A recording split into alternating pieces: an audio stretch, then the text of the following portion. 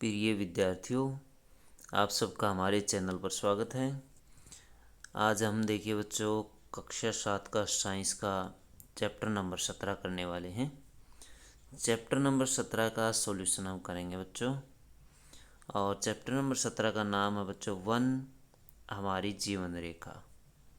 तो बच्चों देखिए इसके अभ्यास के क्वेश्चन हम करेंगे। अभ्यास के प्रश्न देखिए बच्चों।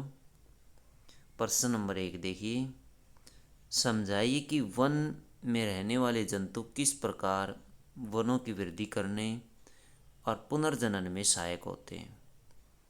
उत्तर देखिए बच्चों, वनों में वास करने वाले जंतु कई प्रकार से वनों के विकास और वृद्धि में सहायता करते हैं। कई प्रकार से कैसे? वन्य जंतु जब मरते हैं तो सूक्ष्म जीवाणु इनके शरीर का अपघटन कर मृदा में पोषकों की वृद्धि करते हैं। यही पोषक वन्य वनस्पति की वृद्धि में सहायक होते हैं।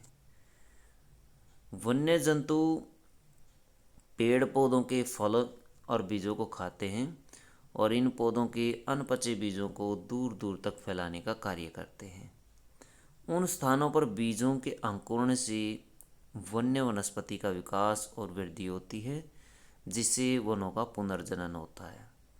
क्या करते हैं बच्चों? जीव जंतु पेड़ पौधों को के फलों और बीजों को खा लेते हैं। फलों के अंदर बीज भी होते हैं, उन फलों को खा लेते हैं और वो उनके जैसे गोबर के साथ अन्य जगह पर चले जाते हैं और गोबर एक खाद की तरह कार्य करता है उनमें, और बिल्कुल आसानी से वो बीज उग जाते हैं और नए पौधे का पुनर्जनन हो जाता है। समझाइए कि वन बाढ़ की रोकथाम किस प्रकार करते हैं। तो वन बाढ़ की रोकथाम कैसे करते हैं? उत्तर देखिए बच्चों, वनों के पेड़ पौधे जल को काफ़ी मात्रा में अवशोषित करते हैं। वनों के जो पेड़ पौधे होते हैं वो जल को काफ़ी मात्रा में अवशोषित करते हैं, जिसके कारण वर्षा जल से बाढ़ की रोकथाम हो जाती है। साथ ही पेड़ पौधे और अन्य वनस्पति जल के स्वतंत्र बहाव को रोकते हैं, जिससे बाढ़ों की भी रोकथाम होती, बाढ़ की भी रोकथाम हो सकती है बच्चों। ऐसे प्रश्न 3 देखिए, अपघटक किन्हें कहते हैं? इनमें से किन्हीं दो के नाम बताइए। ये वन में क्या करते हैं? तो बच्चों देखिए अपघटक क्या होते हैं।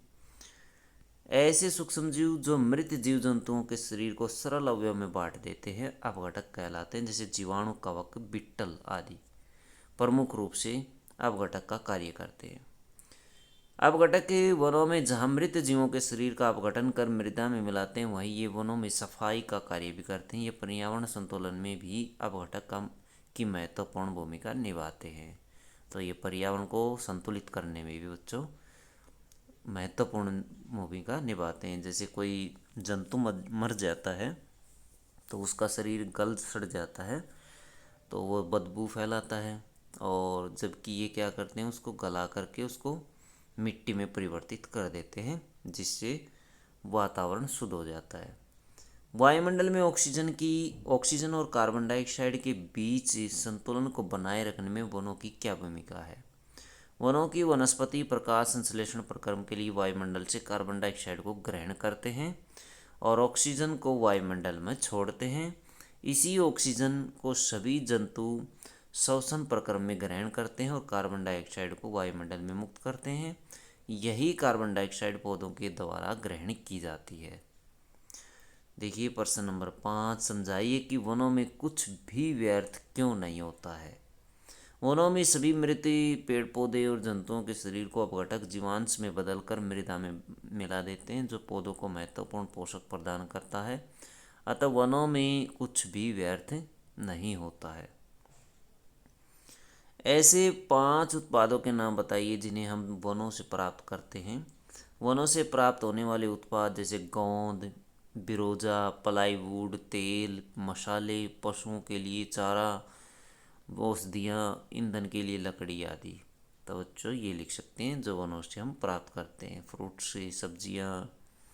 रिक्त स्थानों की पूर्ति कीजिए। कीट, तितलियाँ, मधुमक्खियाँ, पक्षी पुष्पीय पादपों की खालिस्तान में सहायता करते हैं। किसमें? किस में सहायता करते हैं बच्चों? परागण में। परागण एक प्रक्रिया है जो फूल के वर्तिकाग्र पर परागकणों को पहुंचाने वाली प्रक्रिया है। वन परिशुद्ध करते हैं, किसको परिशुद्ध करते हैं? खालिस्तान और खालिस्तान को। किसको ये शुद्ध करते हैं? जल और वायु को। किसको? जल और वायु को। शाक वन में खालिस्तान परत बनाते हैं। कौन सी परत बनाते हैं? निम्नतम। ये बनाते हैं निम्नतम परत। वन में अक्षयमान पत्तियां और जंतुओं की लीद खालिस्तान को समृद्ध करती है। किसको? मृदा को। मृदा को समृद्ध करती है, इसमें पोषक तत्वों की वृद्धि करती है।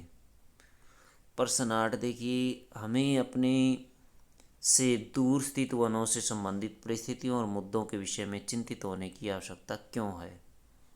तो बच्चों देश में लिखेंगे, हमें अपने से दूर स्थित वनों से संबंधित परिस्थितियों और मुद्दों के विषय में चिंतित होना स्वाभाविक है, क्योंकि हम वनों से अनेक प्रकार से जुड़े हैं। कैसे जुड़े हुए हैं? वन हमारे पर्यावरण को शुद्धता, ठंडक और शांत वातावरण प्रदान करने में सहायक हैं। वन मृदा अपरदन को रोकने, भूमि की पैदावार बढ़ाने के साथ साथ भूमिगत जल को और गहरा होने से रोकते हैं। और वन भूमि के तापमान को बढ़ाने से रोकने में भी मदद करते हैं। वन अनेकों जीवों को आश्रय व आवास प्रदान करते हैं। इस प्रकार वनों के बारे में चिंतित होना बिल्कुल स्वाभाविक है। तो ये बच्चों परम आवश्यक भी है। समझाइए कि वनों में विभिन्न प्रकार के जंतुओं और पादपों के होने की आवश्यकता क्यों है? वनों में विभिन्न प्रकार के जंतु और पादपों का होना अति आवश्यक है बच्चों, क्योंकि जंतु और पादप एक दूसरे पर निर्भर करते हैं। पौधे भोजन बनाते हैं, जंतु उसे खाते हैं। जंतु कार्बन डाइऑक्साइड छोड़ते हैं और पौधे इस कार्बन डाइऑक्साइड को और पौधे इसे ग्रहण करते हैं। किसको? कार्बन डाइऑक्साइड गैस को। जंतु मरने के बाद जीवांश में बदल जाते हैं, जो पौधों को पोषक अवयव प्रदान करते हैं। अतः जंतु और पादप एक दूसरे के पूरक होते हैं।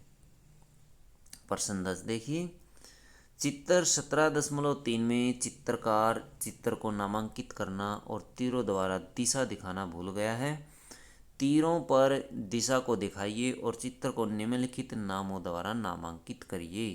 कुछ नाम दिए गए बच्चों, जैसे बादल, वर्षा, वायुमंडल, कार्बन डाइऑक्साइड, ऑक्सीजन, पादप, जंतु, मृदा, घटक, मूल, भौमजल स्तर। तो इनसे नामांकित करेंगे हम। देखिए हमने सब नाम इसमें लिख दिए हैं। पहला नाम देखिए बादल, ये बादल है। वायुमंडल है, वर्षा है, ऑक्सीजन है, ये छोड़ देते पौधे ऑक्सीजन को। पादप अथवा पेड़ पौधे, कार्बन डाइऑक्साइड, और ये जंतु है बच्चों। तो इस तरह से मूल, और नीचे देखिए मूल होती जड़, मृदा, अपघटक, भौम जल स्तर। तो इस तरह से आप इसे नामांकित कर सकते हैं।